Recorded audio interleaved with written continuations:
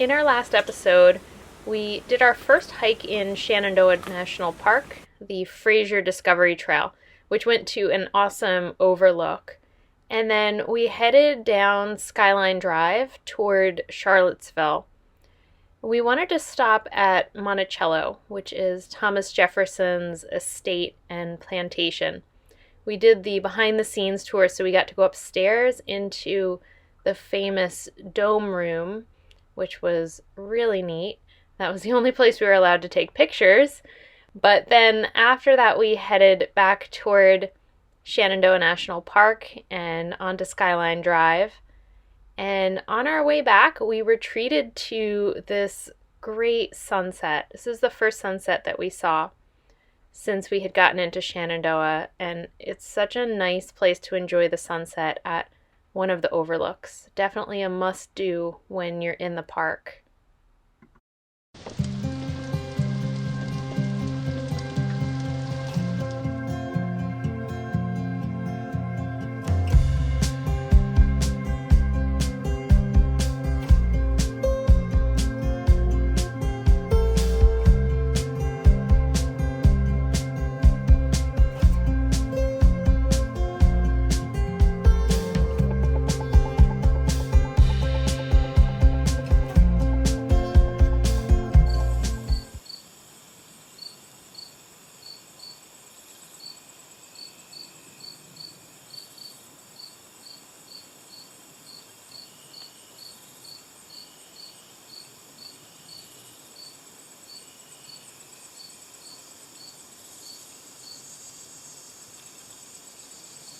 Even though it was just a couple of weeks into September, the park was already much less crowded than it is during the summer. So we had the whole rest area to ourselves, and we got to enjoy filming this absolutely perfect sunset. Now, many years ago, I came to Shenandoah by myself with my dog for a week, and every single night I would drive to a different overlook and just sit there and watch the sun go down, because it's scenery that you just can't beat anywhere.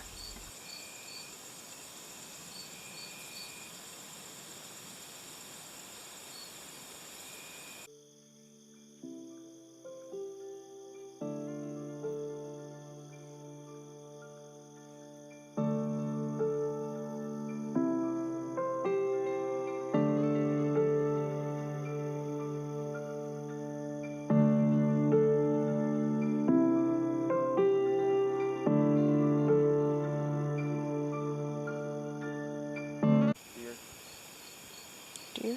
Deer to the left. Hey, Josh.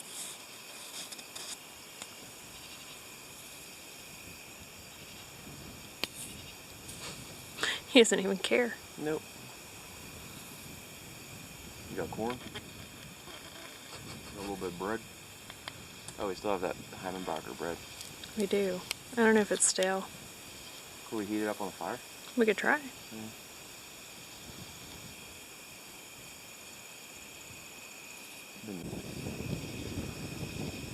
You're in the road. Eat it, bud. How many ticks do you have on you? You from South Jersey? You going Not as many ticks as the South Jersey deer. They said check for ticks, but Oh, watch out, there's a car coming. I didn't see any. Watch out.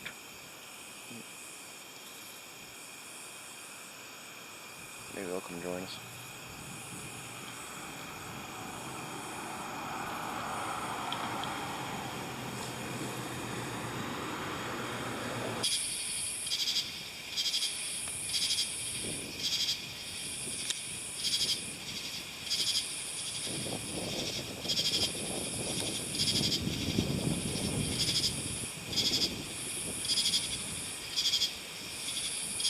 We stayed at that overlook for a while until the sun went all the way down, enjoying every minute of that perfect sunset.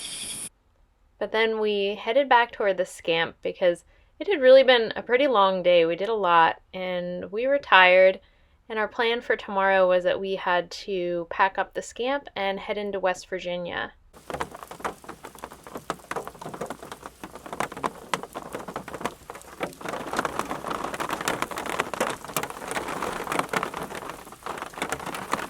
We woke up at, I guess it was maybe 4 a.m. and I had to close the vents on the top of the Scamp because we could start to feel the rain coming in, and I looked outside and it was all foggy. So the clouds have kind of set in.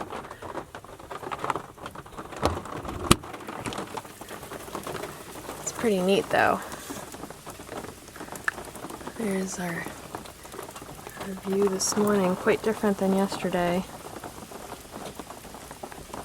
But a really common scene in Shenandoah. I know every time that I've camped here, I've seen it get this kind of foggy, rainy weather. But it looks neat. It's just much, much cooler than it was yesterday, so I'm glad we did that hike yesterday.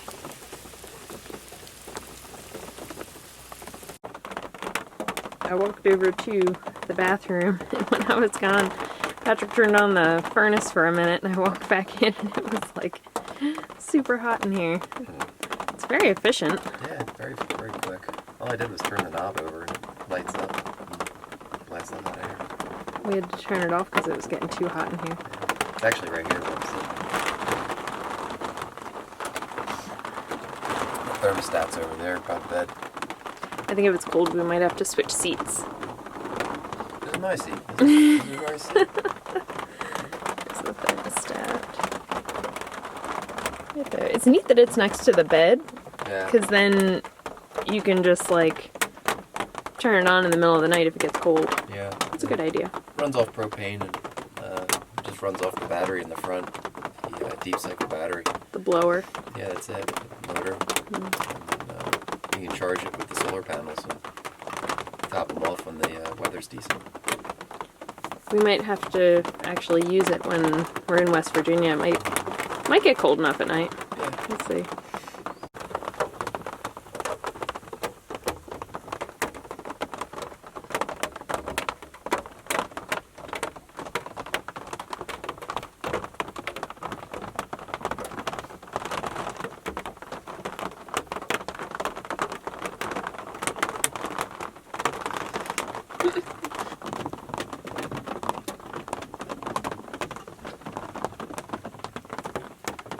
The big switch from yesterday was 92 and sunny, and then today we're eating soup for breakfast.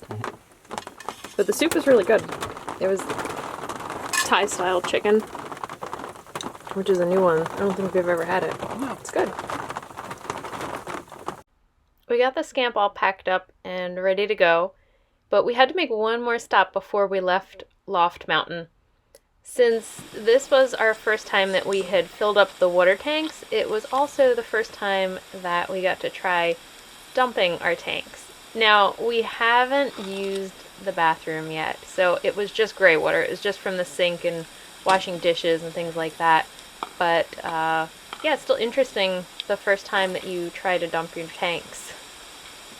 Now, before we left, we watched quite a few YouTube videos on how this whole process works, so we were feeling pretty good about it, or at least Patrick was.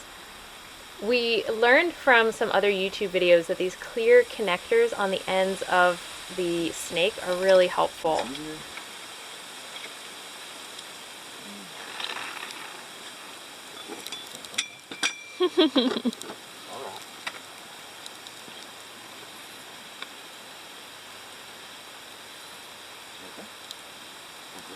Feeling brave?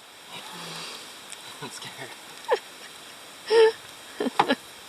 Oh, there it goes.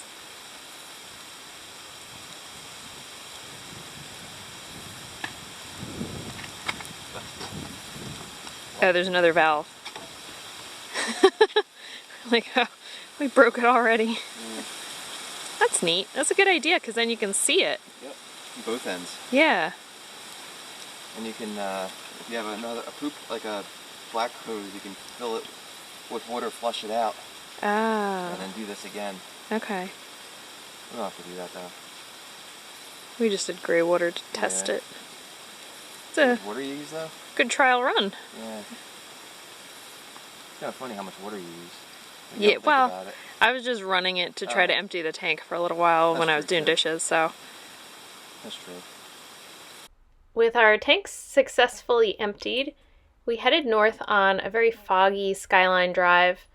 We were going to exit the park right around the middle to head across toward West Virginia. We made one more stop at an overlook, and this is just such a different experience because you're on the top of this mountain ridge and you can look out and actually see the clouds blowing over the mountain. It's kind of this magical experience of being in the clouds, but everything gets really wet because you're in the clouds.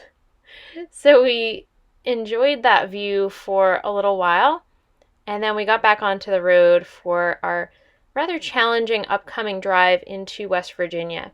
Now, we are from South Jersey, where everything is pretty flat, and we know that West Virginia has some good mountains, but I think we were not exactly prepared for the driving that was coming up after we got through the farmland and really got into the mountains of West Virginia.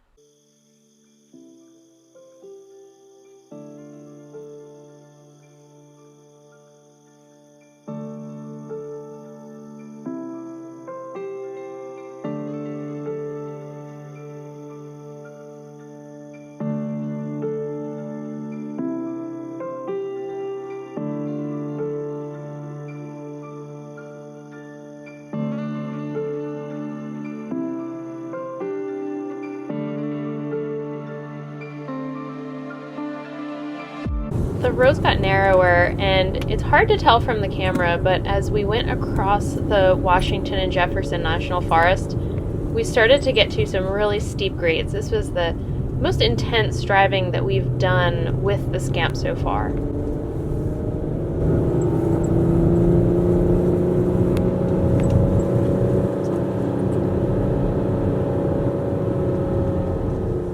The Jeep was doing fine on the uphills. It was really handling things pretty well. It was on the downhills that Patrick started to notice that the brakes were kind of catching a little bit. We pulled over at this rest area to let things cool off a little, and we went back and checked the Scamp, and that's when we found out that the top cabinet opened and our glass French press broke. But lessons learned. Now we have a metal French press. We were doing okay, so we continued on to the campground a little bit farther through the mountains, and then we came to this nice little town in West Virginia where two different people came over to us and said that they were from New Jersey and decided to leave New Jersey, move to the mountains of West Virginia, and they are much, much happier now. So we thought that was very interesting.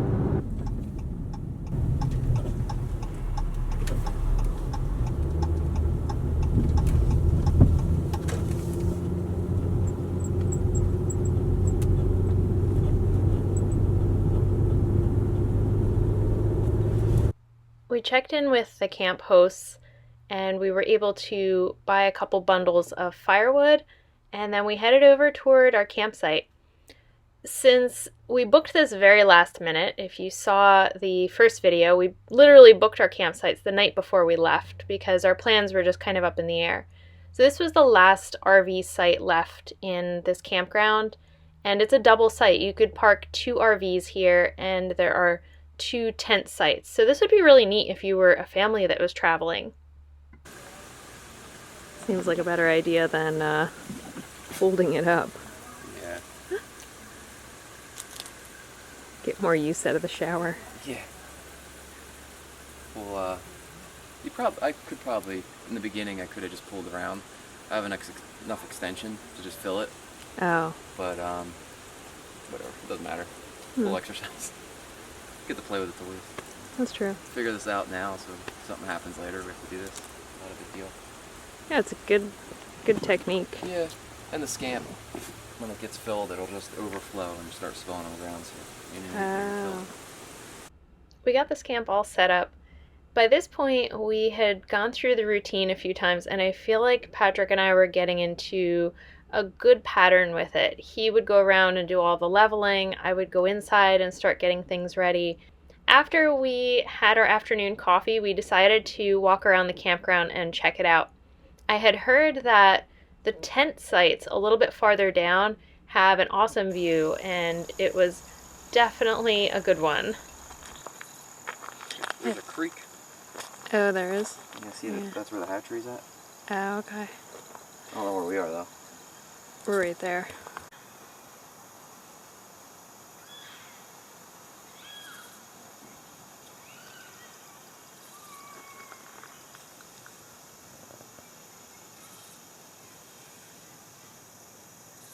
And this one's 1859. It's actually scratched in there.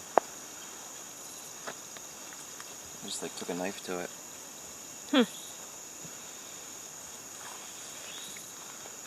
Yeah, it's not etched very deep. Yeah. I wonder what the story is. This was like their property. Yeah.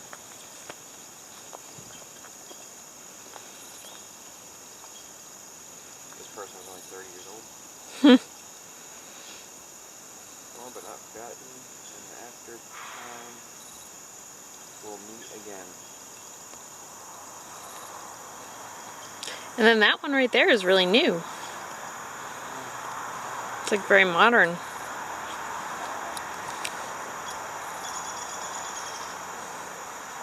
really new. They were 44, 46. This person died right after, or right during the Second World War.